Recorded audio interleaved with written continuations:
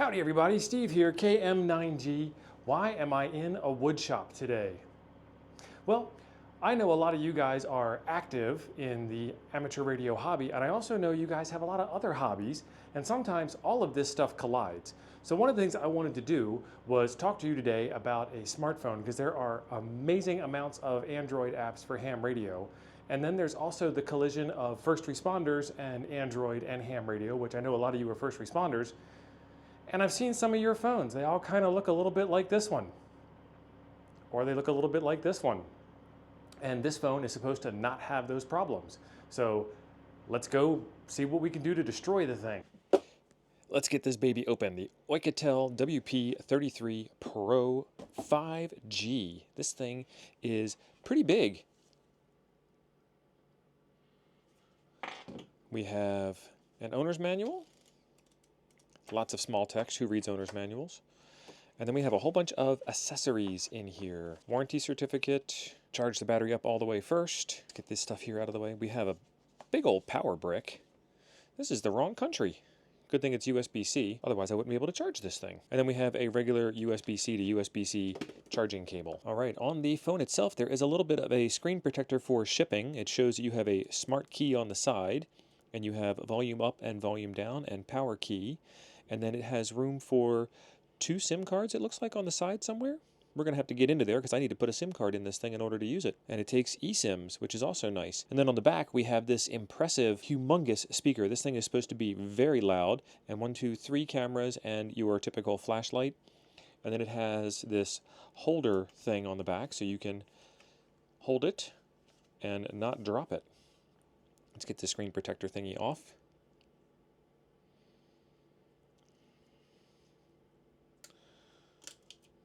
Oh, yeah, nice. For some size comparison information, this is a Samsung Galaxy S21 Ultra, so a couple years old, but still a pretty large phone. Over here is the lifesytle WP33 phone. So they're about the same size in the horizontal and vertical, but where they get to be different is in the thickness, and a lot of that's going to have to do with the battery life and the speaker travel and the ruggedosity of this thing. So let's take out our handy dandy tape measure and figure out just how big this thing is. So we're looking at 7 inches tall by a little over 3 inches wide. Let's go 3 1/4. And then thickness, this chunky boy here has got some thickness to it. We are a little over 1 inch thick, maybe 1 1/8. Pretty big, beefy boy. And we're turning it on. I'm calling that lifesytle. Maybe it's lifesytle, maybe it's lifesytle. I have no idea. Vision settings. This thing isn't already big enough. You can download your eSIM or insert a SIM card now. I'm going to skip the SIM stuff because that's not what I'm talking about here. But this screen looks great in person. It's nice and bright, and it says we have 90% charge. Let's take a look at how much this thing weighs. 1 pound 5 ounces compared to 10 ounces. So a little heavier. Now it wants to know if we should copy apps and data, and I'm going to say don't copy, but if you are transferring from an existing cell phone over to this, go ahead and copy it and it will make your life a lot easier. It will let you set up all of the typical Google services of scanning and location and all that jazz. And for now, I'm going to leave this all at defaults, but feel free to change that however you like on your phone. This is something I haven't seen before. I am so used to the 3 buttons navigation, the back button, the home button, and the more info button on the bottom side over here, but you can do gestural navigation as well. I'm going to try out the gestural navigation. And there we are. The screen looks really good. Here I'll show you a picture from the selfie cam because I know that's important to all you guys, and a picture from the backside camera. Ta-da!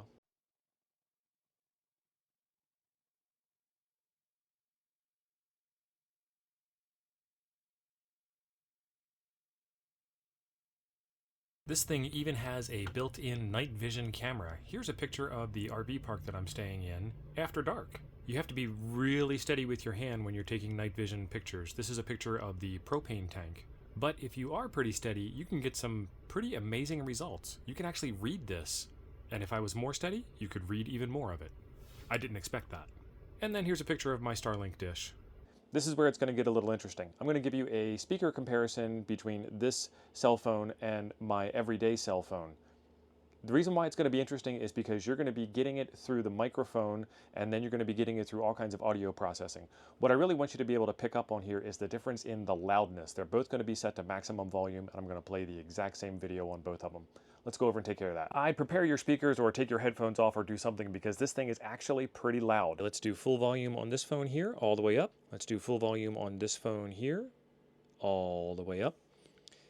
And then let's play this one. So both of the speakers are firing back to the table and then back up at the camera. And the microphone is between them both. So I'm going to play this one.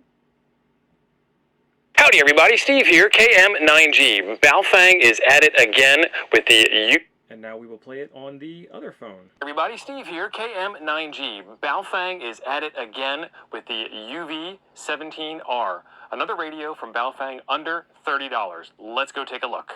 Okay, I don't know what the audio came through. It might have come through as distorted because of how loud it was and how close the microphone was to it. Again, all I'm trying to get you to do is notice the difference in the volume. They both sounded fantastic, and the big rugged Oukatel phone was Wukatel, whatever, I can't tell, was very loud in this small space inside of my travel trailer, but it wasn't distorted at all to my ears in person. So there you go. The screen cover that came with it tried to indicate that the SIM card slot was over here, but it's actually over here, and this is a tool-free design, which is pretty neat. Usually you don't get that. So pull it out, and there's room for 2 SIM cards for you. This phone was sent over before it was ready for market, so we're going to show you some of the specs that this phone has on their website, and there will be links in the description down below where you can get some more information on this as well. It looks like January 21st, 2024 is when it will first be available. Let's take a look at the website over here. It is 136 decibel loudspeaker, rugged phone with a 22,000 milliamp hour battery and a 6.6-inch screen. That's the stuff that is pretty cool, but it gets better than that. This is where it gets to be pretty interesting. The battery is supposed to be 2,600 hours of standby time. That's crazy. I have no way of testing that because I don't have that kind of patience. And you know I have a lot of patience, actually. But 2,600 hours, that's a third of a year. That's 108 days. That's crazy. I don't think it'll do that. But I'm not going to argue with them because I'm not going to test it out. As far as the cameras go, this thing has 3 cameras on the back side of it and a flash. The main camera is 64 megapixels. It is a Sony IMX. Sony makes good cameras, you all know that. 20 megapixel night vision camera, we're going to test that out. 32 megapixel front camera, and a 2 megapixel macro camera, which is interesting. It is IP68 and IP69K, and also mil standard 810H for ruggedness, so dust intrusion, waterproofness, and ruggedability. I made that word up, ruggedability. So this thing will charge some external devices, and it depends on the prowess of your external device as to how much power it's going to draw out of it. My Samsung Galaxy S21 Ultra is a pretty advanced phone, and therefore it has the super fast charging. All right, this is our USB power analyzer. It is showing 9 volts going that way, and current is 1.29 amps in. And if we take a look at our phone, it is doing the super fast charging thing, 27 minutes until full. And we can take a look at the power chain. We are following this cable over here, and it's plugged into the phone. So we have one phone charging another phone. When they sent this over to me, they told me that it would do it, and there it is, working smartphone. We've got a nail, and we've got a 2x6. So I'm going to try right there.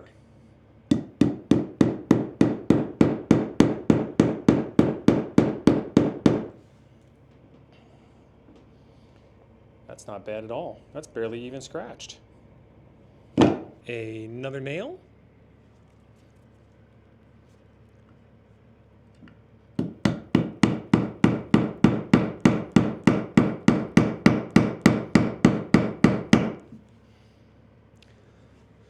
Not bad at all. Still running. If y'all like watching somebody torture test different devices, who uses a cell phone as a hammer? This guy Make sure you are subscribed to the channel for more crazy videos like this one in the future. There are links in the description down below where you can get some more information on this phone and even get it on pre-order if you are interested. I know how y'all like to break phones, and this one will probably last you a little while longer than your last one did. There's a video right over here I think you'll enjoy next. Thanks for being awesome. I'll see you over there.